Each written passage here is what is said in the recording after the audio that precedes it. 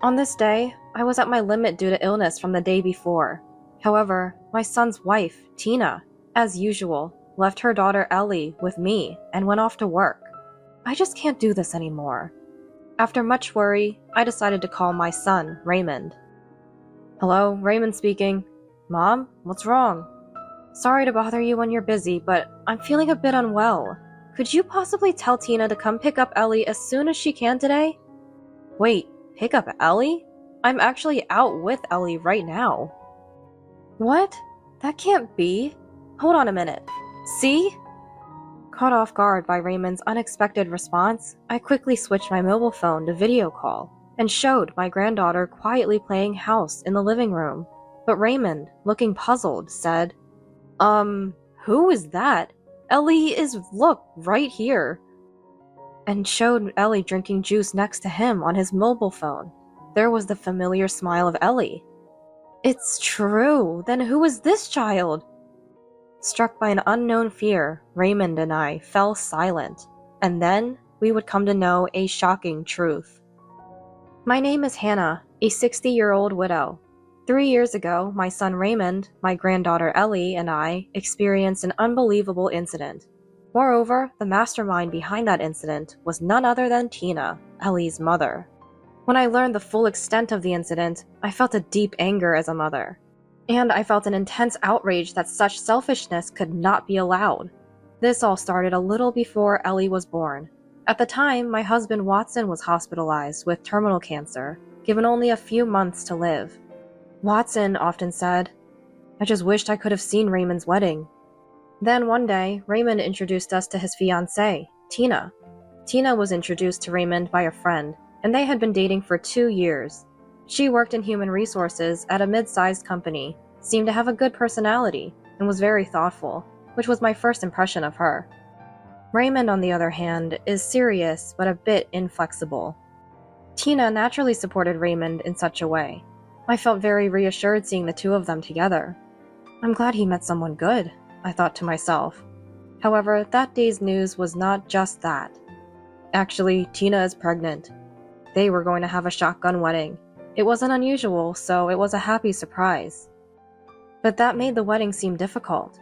Considering her condition and financially prioritizing the childbirth costs made sense. So without mentioning the wedding, I said, That's wonderful! To hear 2 pieces of good news today makes it a very special day indeed, and congratulated them.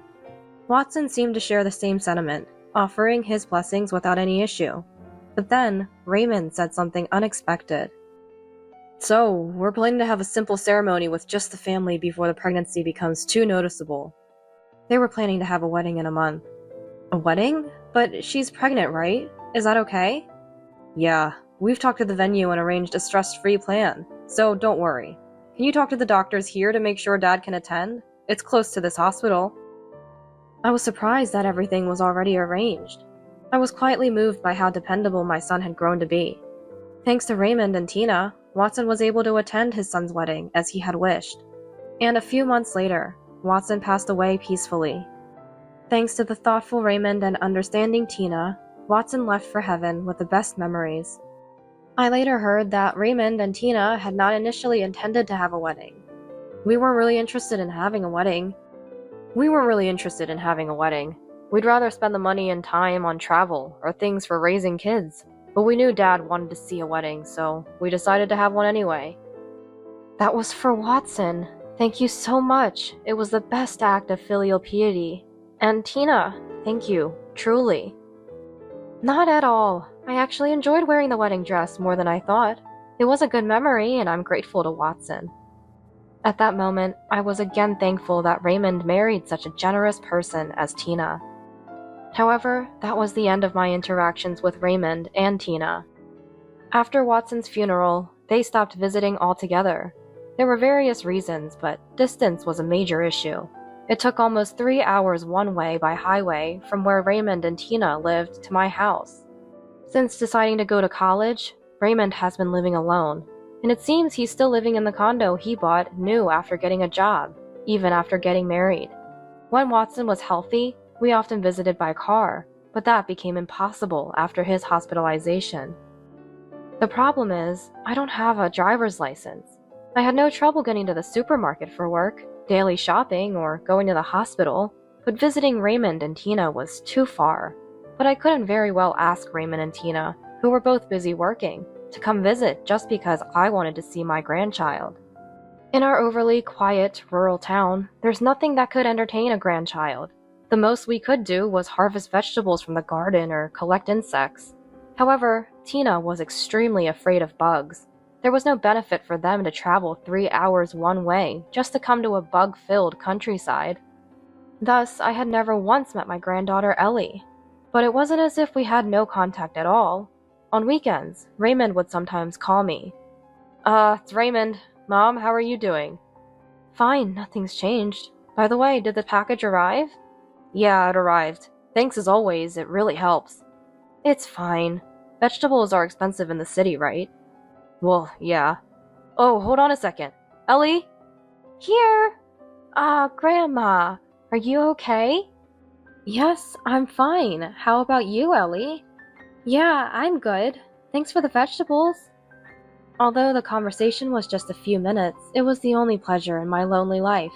Plus, nowadays, we can video call with mobile phones. Maybe because my eyesight is getting worse, I can't see Ellie's face clearly on the mobile phone screen.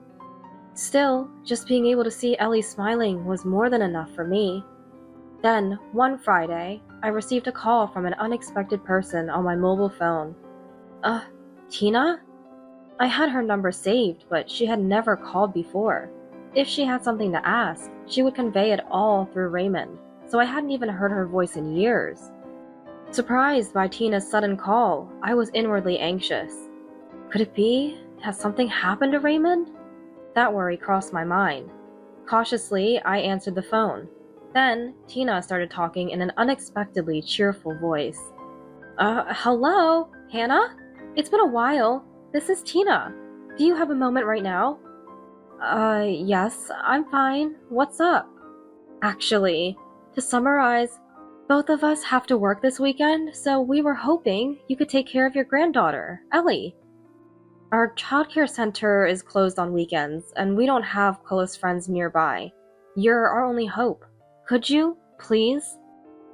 Tina sounded very desperate over the phone. I don't mind, but isn't it too far? Considering the transportation costs, wouldn't it be less of a burden to find someone else to take care of her? Personally, I was overjoyed at the opportunity to take care of Ellie, whom I hadn't seen in so long. However, it seemed wasteful to spend so much time and money on transportation just for work. I couldn't come to a decision and was worried. Sensing my hesitation, actually, there's a branch of our company in the city where you live, Hannah. I'll be going there for help this time, so the company will cover the transportation costs, Tina said in an oddly cheerful voice. And then, once more, Ellie has been wanting to see you for a long time, too. Please think of it as helping us out. She pleaded again. If that's the case, alright, I'll take care of her at my place. I agreed to take care of Ellie for the weekend, defeated by the words that Ellie wanted to see me.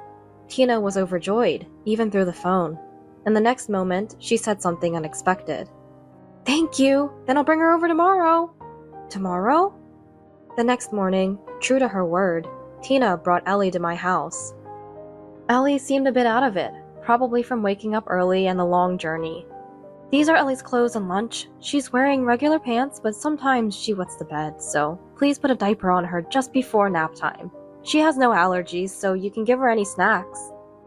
Tina said this, handing me a small bag and some bread bought from the supermarket. Raymond is on a business trip, so please contact me. Ellie, wait here, playing with Grandma. I'll come to pick her up by evening. She explained everything in a matter-of-fact tone, then left the house without looking back. Ellie, are you tired? Want to take a break? When I asked, Ellie silently shook her head no. How about we watch TV together? With the visit being so sudden, I hadn't prepared any toys for children, so we spent the day watching TV, taking walks and drawing to get by. Although initially puzzled, the time spent with my long-awaited granddaughter turned out to be very enjoyable. However, Ellie hardly spoke that day. She was very chatty and laughed a lot on the phone. I wonder what happened. Also, her hair seemed a bit shorter than I remembered. The atmosphere was somehow different from when we talked on the phone. I guess you never know until you meet in person.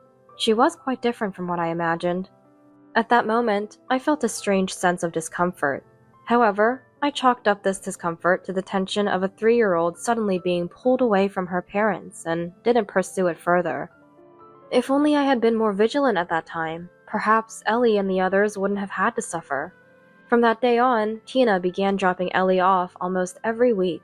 I blame myself for not verifying, but I honestly didn't expect the work to be so frequent, and I was quite perplexed. Moreover, Tina completely ignored my schedule and physical condition, forcibly leaving Ellie behind. "You're not feeling well. It's okay, you can rest. Ellie can stay quiet as long as she has TV. You have an errand? Then please leave her until you're back. There are no thieves in the countryside, so it's fine, right?" Against Tina's selfish arguments and nonsensical reasoning, I repeatedly asked to discuss the days she would bring Ellie in advance. However, Tina would evade the conversation, and in the end, "I'm really sorry for always being so demanding, but it helps us out a lot. Thank you," she would always say. And the next week, as if nothing had happened, she would drop Ellie off again. To Tina, I must have seemed like a convenient, free daycare. That's why my schedule and plans didn't matter to her at all. I was furious at Tina's selfish behavior and considered taking drastic measures. Maybe I should just go out early in the morning and stay out all day on weekends. But the thought of something happening to Ellie scared me, and I never went through with it. That's how careless Tina was with Ellie. Maybe I should talk to my son Raymond about it. I had thought that as well, but that too ended up being just a fantasy. After all, Raymond and Tina were busy working on weekends, which is why they sought my help in the first place. Bringing up a mother-in-law and daughter-in-law conflict seemed like it might not be the best idea. It could even result in losing my time with Ellie, which I wanted to avoid at all costs. I wanted to see Ellie, so I wanted to avoid the worst-case scenario. But I couldn't go on like this. I felt like I was lost in a maze with no way out. And with each weekend, my feeling of dread grew. Feeling that this couldn't continue, I decided to change my mindset. This is like supporting child rearing. I'm helping Tina with her parenting in place of the busy Raymond. I convinced myself to think this way. It was a far-fetched idea, but it was a desperate measure when no fundamental solution could be found. Things took a significant turn about 6 months after I started taking care of Ellie. One Friday night, I was struck by a severe chill. Tentatively, I measured my temperature and found it was nearly 100 degrees Fahrenheit. I immediately called Tina. Tina? I've come down with a fever. I'm really sorry, but I can't take care of Ellie tomorrow. My apologies." "Is that so? Understood. Take care." Expecting complaints due to the sudden notice, I was surprised by her brisk response. But at that moment, I was in such physical discomfort that, despite her forceful ways, she's still a good person at heart. That's reassuring. I felt more relieved than anything, so I didn't question the brief and straightforward exchange with Tina. After hanging up, I searched through the medicine box for a fever reducer, but unfortunately, I was out of medicine that day. Just my luck.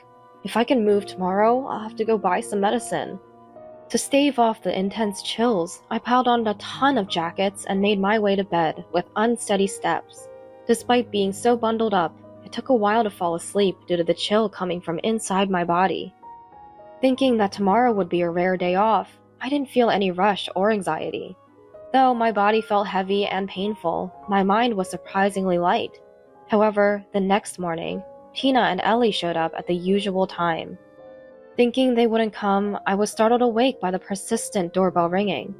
Then, with disheveled hair and looking like a snowman, I cautiously opened the front door. "Good morning. Thank you for today as well." There stood Tina and Ellie, prepared as usual, just like any other day. Is Tina suffering from memory problems? Or is this a dream? It was as if last night's conversation never happened. Everything was business as usual. While questioning my own sanity, I hesitantly asked Tina, didn't I mention it on the phone yesterday? I can't today, because I have a fever. It would be terrible if Ellie caught it, right?" Confused, I reiterated to Tina that I couldn't take care of Ellie today. However, Tina said, "As I've said before, it'll be fine if you just let her watch TV. Man, it's too late for you to be saying this now. I'll be late for work. Please take care of her. And she left Ellie at the doorstep and left. Shocked by her selfish and forceful behavior. Wait, Tina? Enough is enough! I couldn't help but yell after the departing car, but Tina didn't return. Feeling dejected, I turned to Ellie, who was standing quietly at the entrance, and said, I'm sorry for raising my voice. Did I scare you? Let's go inside for now, okay? And we went back inside. The chills had somewhat subsided, but the headache was severe. I thought about going back to sleep or buying some over-the-counter medicine, but with Ellie in the house, neither seemed feasible. By this time, lunch preparation had also become my sole responsibility. There was no way I could cook in my condition. After much deliberation, I decided to call Raymond. Hello, Raymond speaking. Mom, what's up? Sorry to bother you when you're busy. I'm feeling a bit under the weather. Could you tell Tina to come pick up Ellie as soon as possible today? Wait, pick up Ellie? I'm actually out with Ellie right now. What? That can't be. Hold on a moment. Look. Surprised by Raymond's unexpected response, I hurriedly switched my mobile phone to video call and showed Ellie quietly playing house. But Raymond, looking puzzled, said, who's that? Ellie is, look, right here. And showed Ellie drinking juice next to him on his mobile phone. Ellie waved innocently with her usual smile. I don't feel any discomfort in that appearance. It's true, then who was this child? Struck by an unknown fear, Raymond and I fell silent. Anyway, can you tell me why you're taking care of her? After a brief silence, Raymond decisively asked about the situation. I explained everything I had been told by Tina, and that I was in no condition to take care of a child due to my illness. Understood. I'll head over there right away, just hang in there a bit longer. Yeah, thanks. Could you bring some headache medicine too? Got it. Need anything else? After this exchange, we ended the call. Clutching my mobile phone, I quietly watched Ellie continue playing house across the table. Could it be that she's not my granddaughter? Then whose child is she? The first thought that came to mind was Tina's secret child, but the idea of a secret child the same age as Ellie seemed far too unrealistic. But with a severe headache, I couldn't think of anything else. Before long, Raymond and Ellie arrived. Raymond handed me the over-the-counter medicine he had bought. I'll take care of the kids, so you get some rest, Raymond said, loading the children into the car before heading out to a nearby large supermarket for groceries. Thanks to Raymond's thoughtfulness, I was able to rest quietly in my room for a while. Glancing at the alarm clock, it was just past 2 p.m. The headache had completely vanished. Just to be sure, I checked my temperature as well, but there was nothing unusual. Good. Oh, what about Ellie? I rushed to the living room where my granddaughter Ellie and Ellie were happily playing together now. Mom, are you okay to be up now? Raymond, who was on the phone somewhere, peeked out from the back of the room, holding his mobile phone. Yes, I'm fine now. By the way, did you find out anything about Ellie? I asked cautiously, and Raymond explained what happened while I was asleep. First off, the girl is Elizabeth. She's also called Ellie by her family. She seems to have been taught that this place is her dad's grandma's house. Raymond continued to share his conversation with Elizabeth. She was a very articulate child, clearly stating her full name and her parents' names. Then, her mother's name rang a bell, so I asked more about it, and she said, My mom works at the hospital making medicine. It's right next to the childcare center. There's a bus stop with the same name as the hospital, and I can see buses and ambulances every day. She answered confidently. Amazing, right? It was hard to believe she's the same age as Ellie, and she even remembered the name of the hospital. Raymond took a sip of his coffee after saying that. Then he began to speak in a hushed tone. I was sure, after hearing the name of the hospital. Elizabeth's mother? She's one of my business contacts. We've been acquainted for a long time, exchanging casual conversation. She mentioned that she has a 3-year-old daughter attending the adjacent childcare center, and so... Probably trying to calm his nerves, Raymond took another sip of his coffee. Then I called her directly. I only had her work number, so she didn't pick up at that time. I left a message on the voicemail, waiting for a reply. So we just have to wait then. After this conversation, Raymond and I sat in silence for a while. Neither of us knew what to say, probably. Although nothing's clear yet. Tina, probably. I was lost in thought. Minutes later, a call came from Elizabeth's mother. Raymond retreated to the back of the room to talk quietly, explaining the situation. A few minutes later, after hanging up, "She's coming over now," he said. 3 hours later, Elizabeth's mother, Rebecca, arrived at our house. She seemed to have come straight from work, with a faint smell of disinfectant on her. I heard Elizabeth is here. Where is she now?" "She's tired from playing, napping in the bedroom with my daughter. Please come in." I led Rebecca to the living room table, where Raymond served coffee. Rebecca nodded politely, but sat silently without touching the coffee.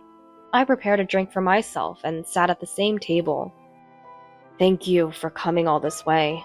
First, let me explain what has happened so far."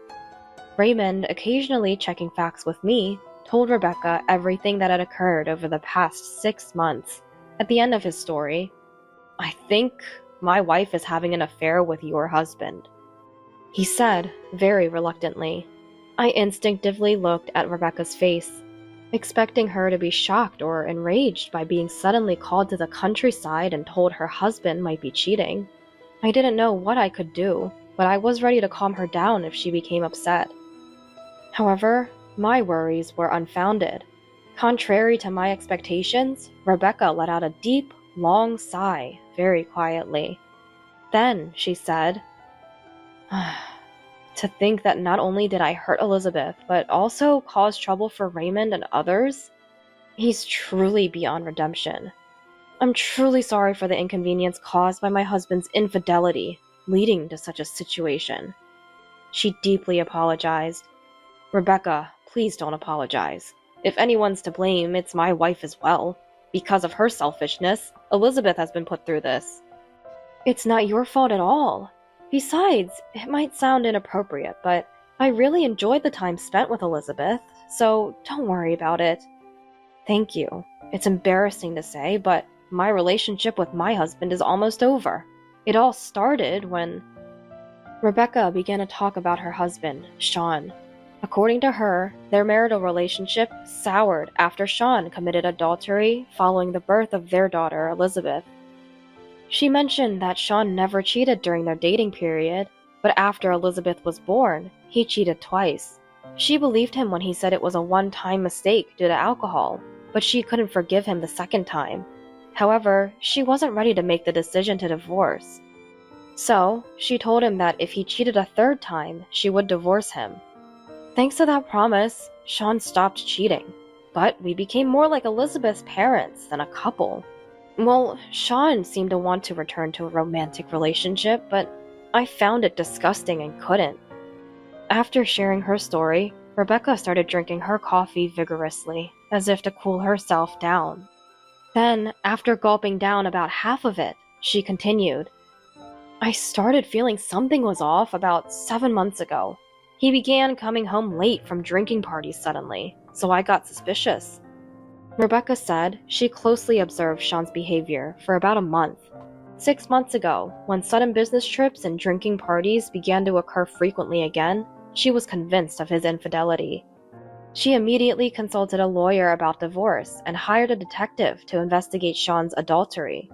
The initial investigation didn't reveal who the other woman was, so it was ongoing. But now, finally, I can proceed with the divorce, child support, and compensation claims.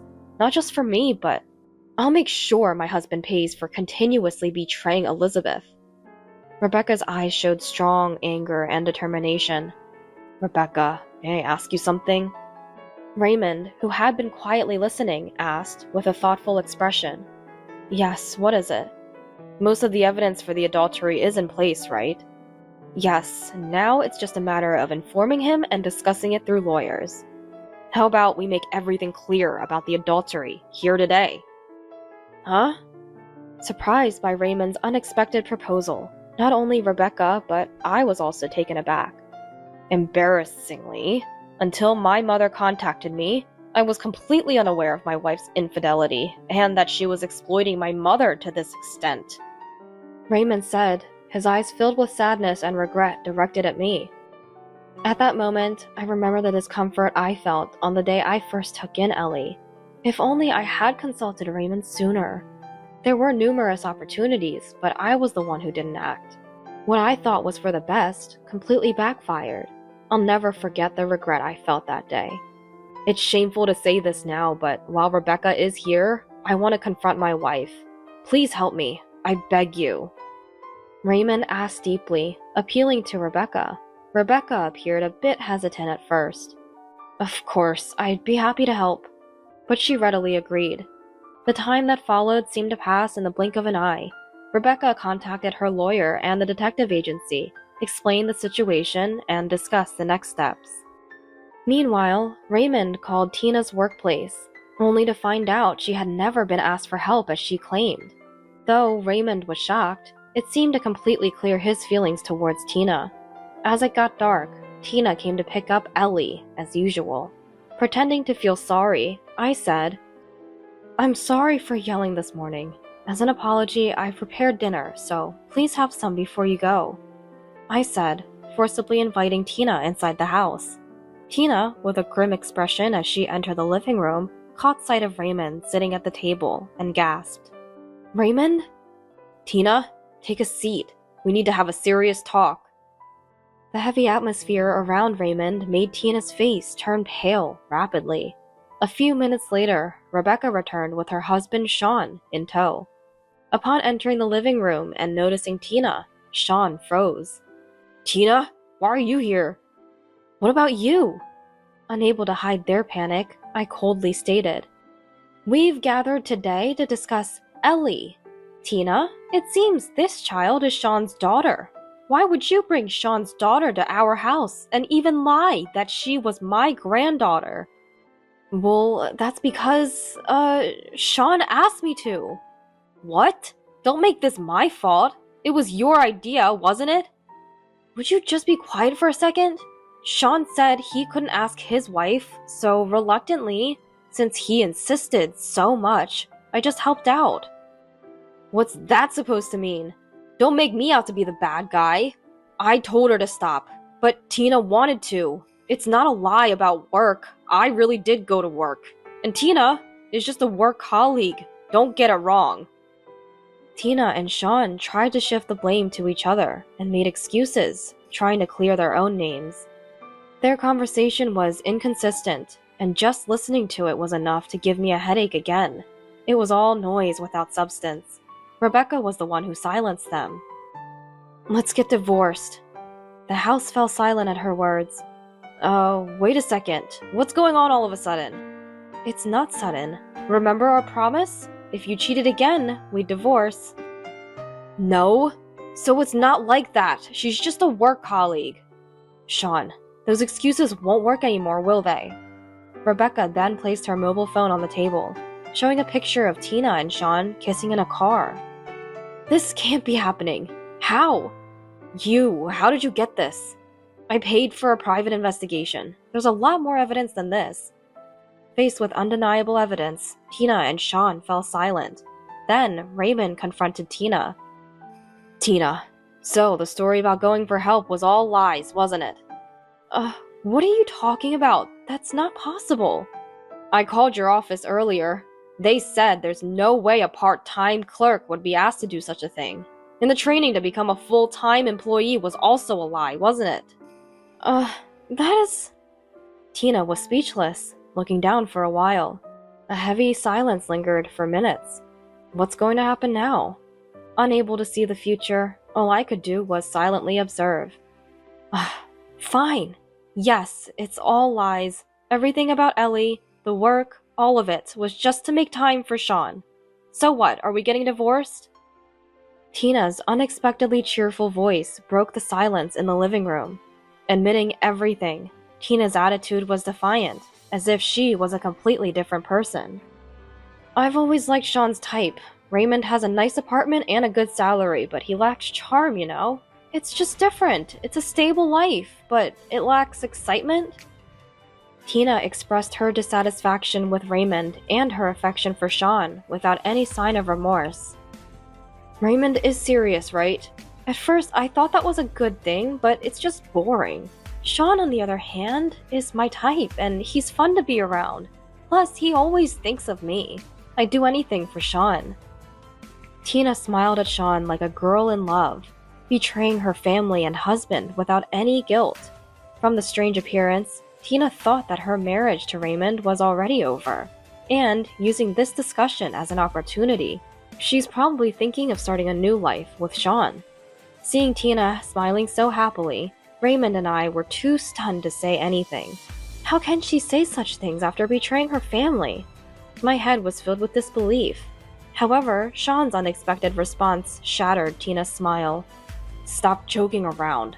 The only one I love is Rebecca. Rebecca, I was wrong. I'll change for real this time. So please don't divorce me. Ignoring Tina, Shawn pleaded for Rebecca's forgiveness. However, Rebecca's feelings were unchanged. Despite Shawn's desperate attempts to win Rebecca over and avoid divorce, Tina, with a flushed face, "What? Love is supposed to be with me, right? We even made marriage promises. Weren't you going to sweet-talk your wife?" erupted. "I would never marry someone like you. It was just more convenient to schedule office affairs, just playing around. Thinking it was serious is crazy." Shawn coldly dismissed Tina. Then, once again, he implored Rebecca to reconsider divorce. Learning of Shawn's true nature, Tina became even more enraged. Her loud arguments and insults towards Rebecca and Raymond, and her escalating anger. Eventually, woke up Ellie and Elizabeth, who had been napping, causing chaos in the house. Faced with the children's cries and Shawn's cold retorts, Tina's anger reached a boiling point, leading her to yell at the children. "Be quiet! We're having an important conversation here! Shut up!"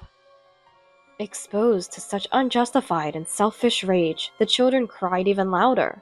It was then that the usually mild-mannered Raymond, "Don't yell at the kids!" yelled at Tina with unprecedented force. Overwhelmed by Raymond's presence, Tina finally quieted down. Raymond, while holding a sobbing Ellie, stated firmly, "Tina, Shawn, we'll discuss the future at a later date. For now, please leave," and expel the two of them. Overpowered by Raymond's determination, Tina and Shawn left, bickering with each other. Though the discussion turned out to be incredibly tumultuous, it was good to clarify the adultery. That evening, I finally had dinner with my real granddaughter. Despite the previous upheaval, we enjoyed a peaceful and happy time together. Later, discussions for divorce took place involving both families. With Rebecca and Shawn signing an agreement and Tina expressing her intention to divorce, the divorce was finalized swiftly. Ellie's custody was granted to Raymond, as Tina relinquished her parental rights. Raymond had intended to gain custody from the start, so he was relieved. Although there were some disputes over alimony and compensation, the payments were made in full, without significant reductions. Tina quit her part-time job afterward. Somehow, the news of her affair with Shawn and the deception involving the fake daughter spread throughout her workplace. She faced cold stares from her colleagues and even earned an unflattering nickname. Shawn also faced repercussions at work due to the affair becoming public, resulting in a demotion. Furthermore, Tina, unable to let go of Shawn, turned into a stalker, leading to police involvement, as Rebecca shared. Rebecca herself left her hospital job to take over her family's pharmacy, moving back to her parents' home. Her parents were delighted to live with Elizabeth, as Rebecca had struggled to visit home due to her demanding job at the hospital. As for me, this incident dramatically changed my life. I sold my longtime home to move into a new house Raymond had bought. Now I live a new life with my real granddaughter. Ellie enjoys my country-style cooking. "Grandma, this is delicious too. I love all of Grandma's food," saying, and she quickly grew attached to me, thanks to our frequent phone calls before the move. Now, Ellie is in elementary school. Sending her off to school every morning has become my daily routine. During the day, I enjoy gardening in the small yard of the house Raymond bought. I can live this peaceful life thanks to Raymond. I am grateful for my calm and happy life, quietly wishing for Raymond to find happiness with a new partner.